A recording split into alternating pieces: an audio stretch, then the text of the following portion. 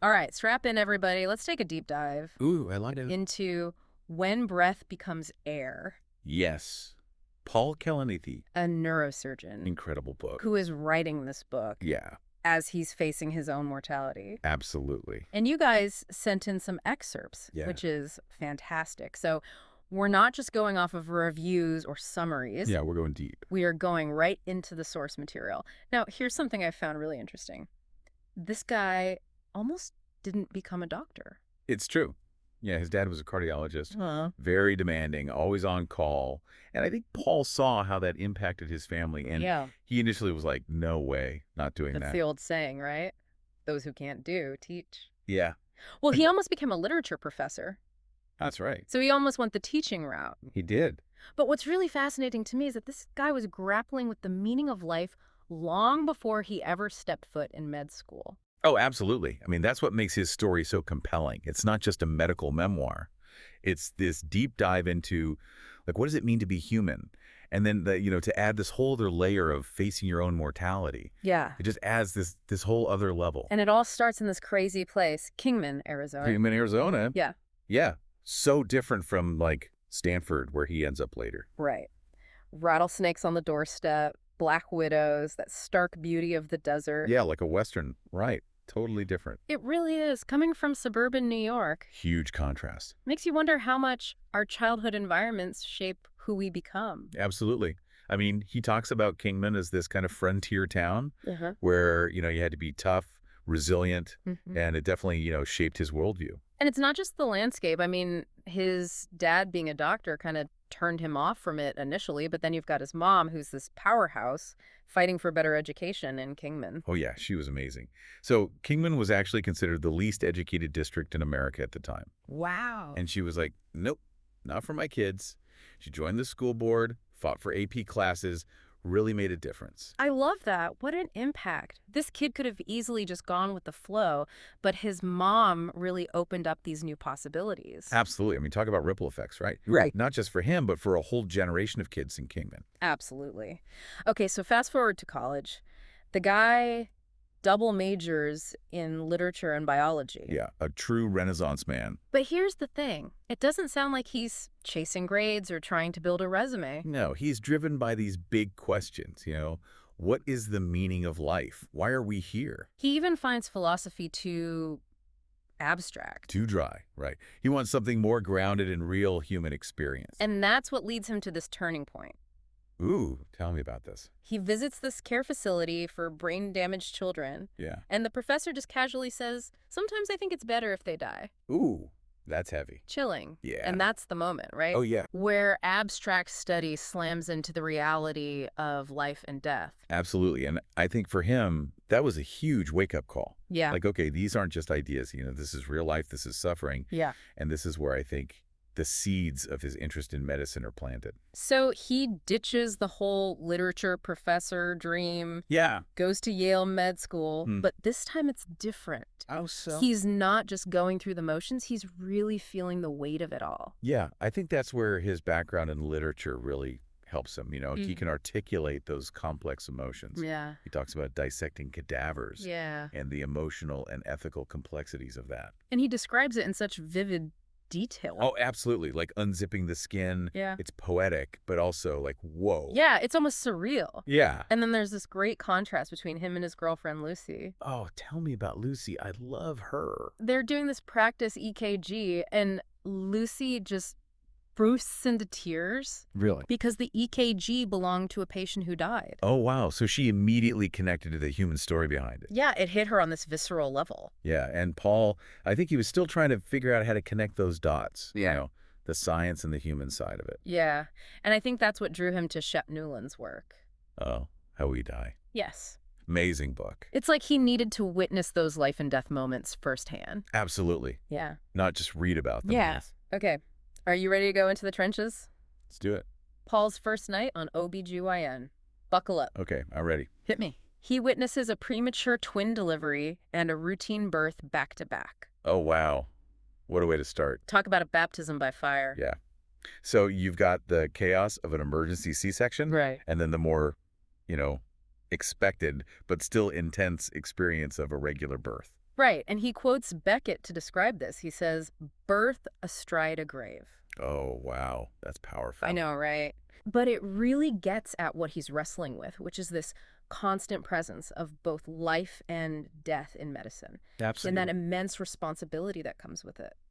Yeah, when to intervene, when to let nature take its course. Yeah, it's heavy stuff, and it's Yes. all happening on his first night. Yeah, and he talks about feeling completely unready, Right. even though he spent years preparing. You can't really prepare for that, can you? I don't think so. Yeah. I mean, no amount of textbook knowledge can truly prepare you for that emotional and ethical weight. Absolutely. And I think that realization, that tension between what you know and what you experience, that's going to stick with him throughout his journey. For sure. It shapes his whole approach, Hmm. both to medicine and to life itself. And it leads him to neurosurgery. Of course. The ultimate challenge, right? Right. Going right to the source of who we are. It's like he's drawn to it because of the intensity, right? Yeah, like he needs to confront these big questions head on. Yeah. Identity, meaning, mortality. Yeah. It's all there in the brain. It's Okay. fascinating and scary. So neurosurgery, but it's not just about being book smart, right? No, not at all. He talks about having to train his eyes, like literally train his vision, To see what? to see things that other surgeons wouldn't even notice. Tiny variations in the tissue, the subtle signs of disease. So it's like developing this almost superhuman level of perception. Exactly. Years of dedicated practice, pushing the limits of what the human eye can even see. And there's this one moment, right? He's observing this pediatric neurosurgeon Yeah. delivering this really tough diagnosis, It's heartbreaking, right? These kids with brain tumors. but he does it with such compassion and clarity. Yeah. And it's like a light bulb goes off for Paul. Like, okay, this is what true mastery looks like. Yeah, it's not just about technical skill. It's about connecting with the patient on a human level. Absolutely. That balance of brilliance and empathy, it's what makes a great doctor. But then comes residency, and things get really real. Oh, residency's brutal. The hours, the stress, the constant exposure to suffering, it takes a toll. He even admits to becoming desensitized. Yeah, it's a defense mechanism, right? You have to find a way to cope. He talks about using dark humor. Right, like the state population thing. Yeah, for severe head injuries. It's messed up, but I get it. You have to find a way to distance yourself emotionally. And there's this one moment that really stuck with me. What's that? He's in the trauma bay, Yeah. and a patient has just died, Oh, but he's more worried about saving his ice cream sandwich. oh, wow. Yeah, it's like, whoa, has he lost his compass? It's a scary thought, right? Mm. Losing your empathy, becoming jaded. And then, as if things couldn't get any worse, his friend from med school, Lori, Yeah. she dies. Oh, that's awful. It's devastating. It really makes you question everything, doesn't it? And he's hit with this wave of guilt. Like, did I do enough? Was I there for her? Did I become that doctor who's too focused on the science and not enough on the human being? Yeah, it's a wake-up call for sure. So he starts actively seeking balance. And in his work, Hmm. in his life. Both. He talks about the importance of communication with patients. Especially those facing terminal diagnoses. Yeah, really being present with them, listening to their fears. And he starts learning from these senior doctors, Yeah. the ones who have managed to stay compassionate. The ones who haven't burned out. Exactly. Finding that balance between detachment and empathy. It's a tightrope walk. And then, just when he thinks he's found his footing, What happened? he gets diagnosed with cancer. No way. Yeah. Talk about a role reversal. Wow. Suddenly he's the patient. The one facing his own mortality. It's like the universe is saying, okay, now you really have to grapple with these questions. And he finds this amazing oncologist, Emma. Oh, I love Emma. She's not just focused on stats and protocols. Right. She really sees him, his values, his hopes, his fears. Yeah, she gets it. And she encourages him to push back against the whole cancer narrative. Like, you don't have to just retreat from life. Right. She even suggests he go back to surgery. Really, Yeah. at that point. I know, it seems crazy, but she understands how much his work means to him. His identity, his purpose. And they make this incredible decision. They decide to have a child. With Lucy. Yeah. Even though they know the future is uncertain. It's like a powerful affirmation of life, right? In the face of death. Absolutely. They're choosing hope, choosing love, choosing to live in the moment. That's beautiful Yeah. and terrifying. And so Paul returns to the OR. Against all odds. But it's not out of obligation. No. It's about reclaiming his identity. Holding on to that thread of purpose. Exactly. But it's a struggle. Physically. Yeah. Nausea, pain, fatigue, the tumor's progressing, And some of the faculty are questioning his ability to graduate. pushing him to do more, even though his body's failing her. It's a tough situation, Yeah. caught between his own limits and the demands of the system. But he talks about this itch to hold the surgical drill again, Yeah. this pull of moral duty. Surgery wasn't just a job for him, it was a calling. But the experience is different now. How so? The joy's gone. It's just sheer determination now. Just getting through each procedure. Yeah. And that initial hope of 10 years, Right. it's fading. The reality's setting in. But even as his world shrinks, his spirit seems to expand. What do you mean? He talks about his spirituality evolving, Yeah. rejecting literalism, finding solace in human connection. He's searching for something deeper. Yeah. And he says this really profound thing. Science can't answer everything. Wow.